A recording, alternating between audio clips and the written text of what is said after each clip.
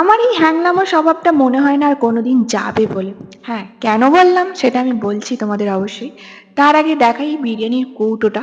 দেখো বিরিয়ানির কৌটোটা যখন বাবা ব্যাগ থেকে বের করে, আমি তো দেখে জাস্ট ভাবলাম হ্যাঁ, এত বড় কৌটো পার্সেলের, তো বিরিয়ানি ভর্তিই থাকবে। মনে মনে বেশ খুশিও হয়েছিলাম।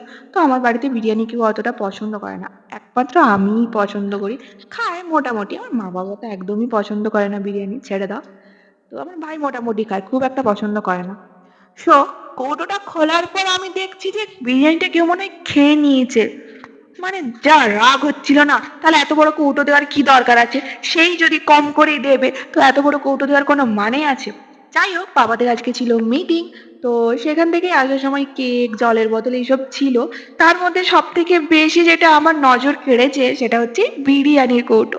তো হ্যাঁ, আমি জানি বিরিয়ানি অনেকেই ভালোবাসে না, বাট আমি তো খুব ভালোবাসি বিরিয়ানি। বিরিয়ানি বললে আর কোনো কথা নেই। বাট এই যে চিকেন বিরিয়ানি, চিকেনটা আমি খাই না, কেন জানি না খেতে পারি না। এবার চলো তোমাদের আমি বলি আমি হ্যাংলামো কথাটা কেন বললাম। দেখো, যত যাই দোকানে কিনে খাই না কেন, তো বাবা যখন কিছু আনে না, বিশেষ করে অফিস থেকে আসার সময়, তো সেটার জন্য অপেক্ষা একটা আলাদাই। তো এখন আমি বড় হয়ে গেছি, তো এখনো সেই স্বভাবটা চেঞ্জ হয়নি আমার, যে বাবা অফিস থেকে আসার পর বাবার ব্যাগ আমি দেখবো যে বাবা কি এনেছে। দেখো অনেক সময় হয় আমি সেই জিনিসটা খাই না, বেশিরভাগ সময়ই হয়, কারণ মিষ্টির প্যাকেট, প্রায় মিটিং এ মিষ্টির প্যাকেট থাকে, তো মিষ্টি খাই না। বাট তাও আমি ওই মিষ্টির প্যাকেটটা বের করব, বাবার ব্যাগ থেকে আমিই বের করব।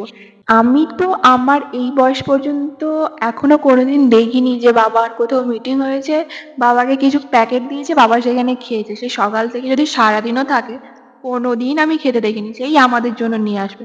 দেখো, আমরা কি বাড়িতে খেতে পাই না? খেতে সবাই পায়, বাট এগুলো একটা ভালোবাসা।